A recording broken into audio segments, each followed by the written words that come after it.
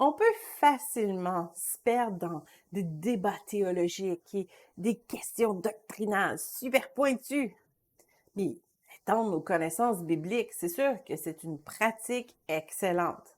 Mais parfois, il est bon de juste retourner à notre base, qui est d'aimer Dieu.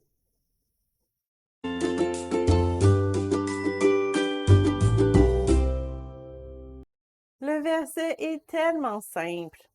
Tu aimeras l'Éternel, ton Dieu, de tout ton cœur, de toute ton âme et de toute ta force. Deutéronome 6.5.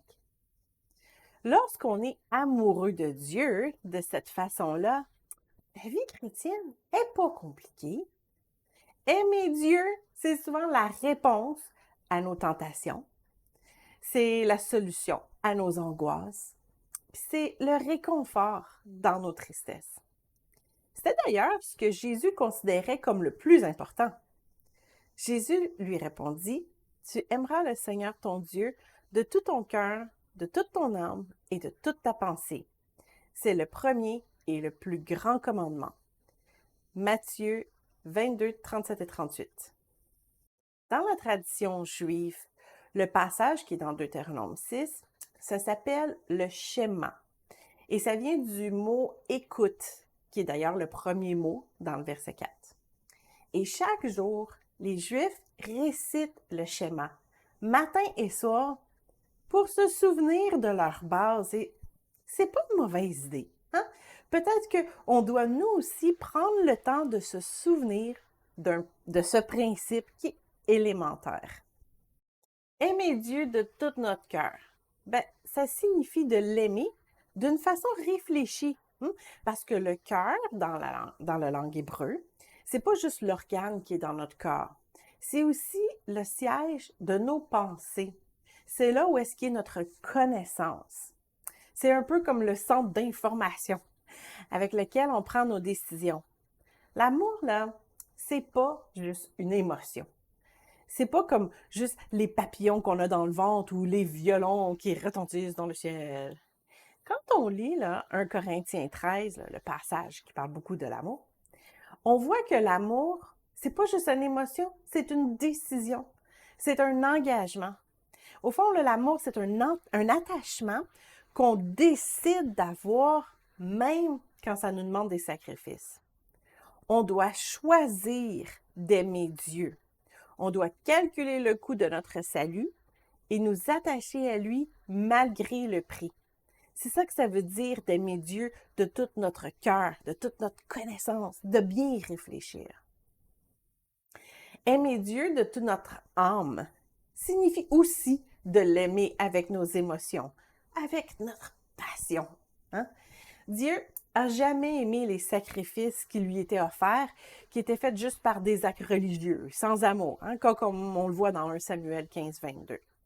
D'ailleurs, un parent, il va être bien sûr content si son enfant range sa chambre, mais il va préférer beaucoup plus si l'enfant range sa chambre avec une bonne attitude, et non pas en grognant tout le long. Dieu veut pas qu'on marche dans sa volonté seulement parce qu'on a peur de l'enfer. Il veut qu'on ait une relation passionnée avec lui. Il veut être notre ami, comme le dit le psaume 25, 14. Et cet amour se développe en remarquant les petites attentions charmantes que Dieu nous fait durant la journée. C'est en nous émerveillant de sa bonté. Puis oui, en chantant ses louanges. C'est en ayant faim de sa présence. Comme une biche soupire auprès des courants d'eau. Psaume 42, 2. Aimer Dieu de toute notre force signifie de l'aimer complètement, sans réserve. C'est un peu de ne pas avoir 2 maîtres, comme le dit Matthieu 6, 24. Dieu ne veut pas partager son trône dans notre vie avec un autre Dieu. L'aimer de toute notre force, c'est de donner davantage que notre minimum. C'est quand on décide de lui donner nos talents, nos habiletés pour faire grandir son royaume sur la terre. C'est de ne pas marcher lentement dans la vie chrétienne, mais de courir et de persévérer, comme le dit 1 Corinthiens 9, 26, 27. C'est d'abandonner l'idée de qu'est-ce que je peux faire, qu'est-ce que je peux me permettre avant que ça soit considéré comme un péché. Non, on veut pas offrir nos miettes à Dieu, on veut s'offrir complètement à lui. C'est bon de se demander ce que Dieu pense de tel ou tel comportement. C'est bon aussi de demander à Dieu qu'est-ce qu'il pense de telle ou telle décision. Mais parfois, la réponse est aussi simple que de revenir à la source, aimer Dieu. Bah, c'est sûr que c'est pas facile.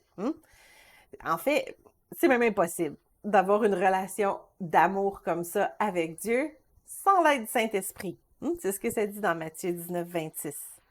Mais puisque Dieu, lui, nous aime de cette façon-là et qui est extrêmement patient, il va être plus qu'heureux de nous tenir la main dans notre relation amoureuse avec lui.